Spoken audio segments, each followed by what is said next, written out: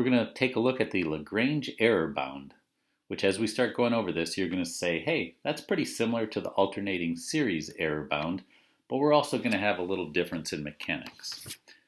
Before we get too far, let's make sure that we're all on the same page on why the heck we would care about an error bound. Don't have a sarcastic answer to that, please. In a simple example of some function f of x could be approximated by the polynomial approximation p of x, we could plug a 1 in to f of x, plug a 1 into p of x, and we get different results. If I plug a 1 into f of x, I get a value of e, and that is the true value of the function. If I plug a 1 into its approximation, I get 2.5. E and 2.5 are close, but they're not the same. The difference between those two values, 2.7-ish and 2.5, is the error of approximation. And that's what we're going to be taking a look at here. So we have quite a bit more mechanics going on than when we were doing the alternating series error bound. And over here, this is the formula you're going to use for the Lagrange error bound. And that looks kind of intimidating. Well, let's take a close look though. If you look at this formula and the magic formulas formula, you're going to notice they're almost the same. The Lagrange error bound is using the magic formula and then using the concept of the next term, which is a concept we used in the alternating series error bound. How do I know I'm looking at the next term? Look at n factorial, it turned into n plus 1 factorial. X minus the center of attachment to the n plus 1. And this means the nth derivative. This is the n plus 1 derivative. Uh-oh, there's one other thing. We have this mysterious z, and it's highlighted, and that's going to matter. We're going to get to that z in a moment, but this contraption over here, this calculation, this is going to give us the maximum possible amount of error for the approximation that we're making. So there it is in words. This is the notation that says we're working with the remainder, all the terms in the series that go beyond the degree that we're working with to generate this polynomial approximation. If this is confusing to you, you may need to take a look back at the alternating series error bound video to see what that symbolism represents. This maximum possible error is often written with this type of symbolism, and this is just fancy talk that's saying, hey, the actual function value minus the polynomial approximation value. And by doing the absolute value, it's basically saying, I know these two are going to be different. I don't care if the polynomial approximation is greater than or less than the real value. I just want to know by how far do they differ, or by how much do they differ. So the absolute value will just always make our final answer positive. So by looking at the Lagrange error bound formula, it's pretty obvious that we're working with the concept of the next term, the magic formula's next term. But I mentioned that we have this mysterious z. So to do this calculation, at some point we have to take the n plus first derivative and then plug in the value z. Normally, when we're working with the magic formula, in this part, we plug in the value for c, which is the x value at which we've attached this polynomial approximation. But that's not what the z is. Here's a definition of what that z is, and I suspect it's still not going to make sense until we use it in action in an example. But basically, I'm going to choose a z, an x coordinate, so that this piece right here, this n plus 1th derivative, is the greatest it can possibly be within the stated interval. In other words, I want this to be as large as possible. And when I say the stated interval is the interval of x values between the point of attachment, which is the center, and the point that we're using to estimate, which is the x value that you're plugging in. Again, don't be alarmed if this was not making sense to you, because I believe it will once we do an example. But before we get to that example, why is it that we're making this fuss right here and using the z that makes this as large as possible? Here's why.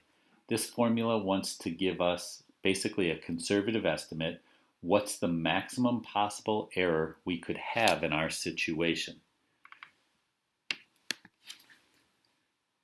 By giving you the maximum possible error, then you can say, okay, my polynomial approximation came up to be 2.5. How far could I really be off by? Or how erroneous could that be? Because remember, you really wouldn't know the true value. You would only know the polynomial approximation value. So by knowing the maximum possible error, you know the maximum amount you could be off with your approximation.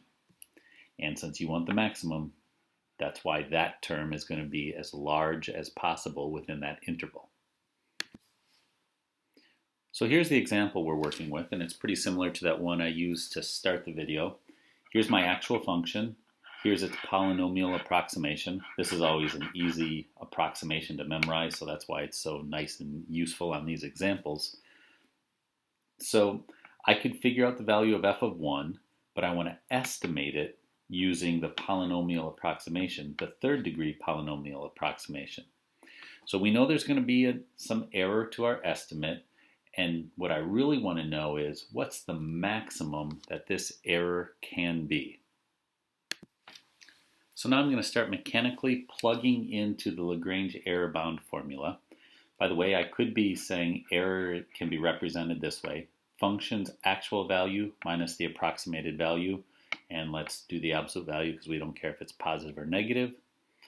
So since I'm working with a third degree polynomial approximation, I need to use the concept of the next term, which is the n plus 1 fourth derivative, fourth factorial, and then x minus c to the fourth power. Remember, x is the value that we're plugging in. In this case, we're interested in plugging in 1. C is the center or the point of attachment. And in our case, we're assuming that our polynomial approximation is centered at x equals 0.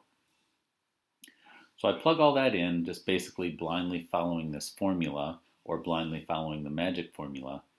But I have this pesky part right here. I need the fourth derivative evaluated at some z that will make this as large as it can be. So if I want this term to be as large as it can be, I basically have to think of the interval that we're working in, and we're centered at x equals 0, and we're plugging in x equals 1. So I'm working on this interval from x equals 0 to x equals 1. I'm concerned about my fourth derivative.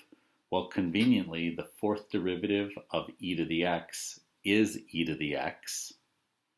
So here's a sketch of e to the x. What I really have here is a sketch of the fourth derivative. And over the interval from x equals 0 all the way to x equals 1, where does e to the x have its greatest value? In this case, its greatest value happens to be right there at x equals 1. That doesn't always have to be the case. It doesn't have to be at the end of the interval or the beginning of the interval. It could be in the middle. But here's what I know.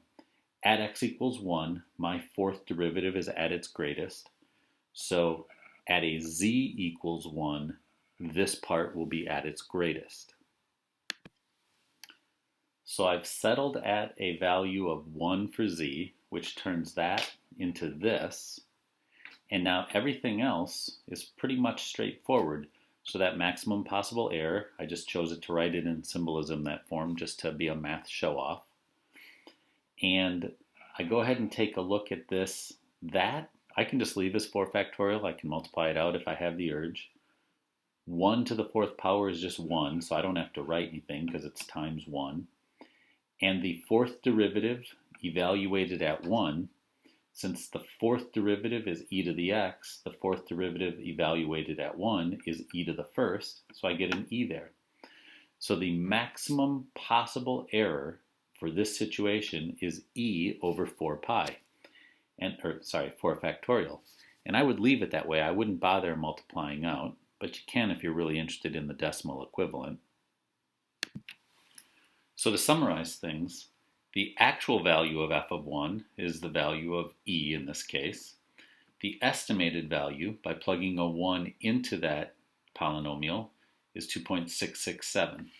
So we had this amount of actual error. Keep in mind you'd never really know that because in theory you wouldn't know the actual function's value. That's the amount of error we had in our estimation, which is a good thing. Homer Simpson would say math checks out, because this, which by the way is written as a decimal as 0.113, that says that's the most amount of error you could have possibly had in this situation. And of course the actual amount of error that we had is less than that. That's why Homer Simpson knows that math checks out. So we're always finding the maximum possible amount of error.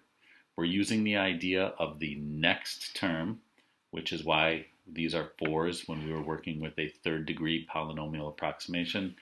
And you have to use a little thinking to make sure this part is as large as it can be for that interval.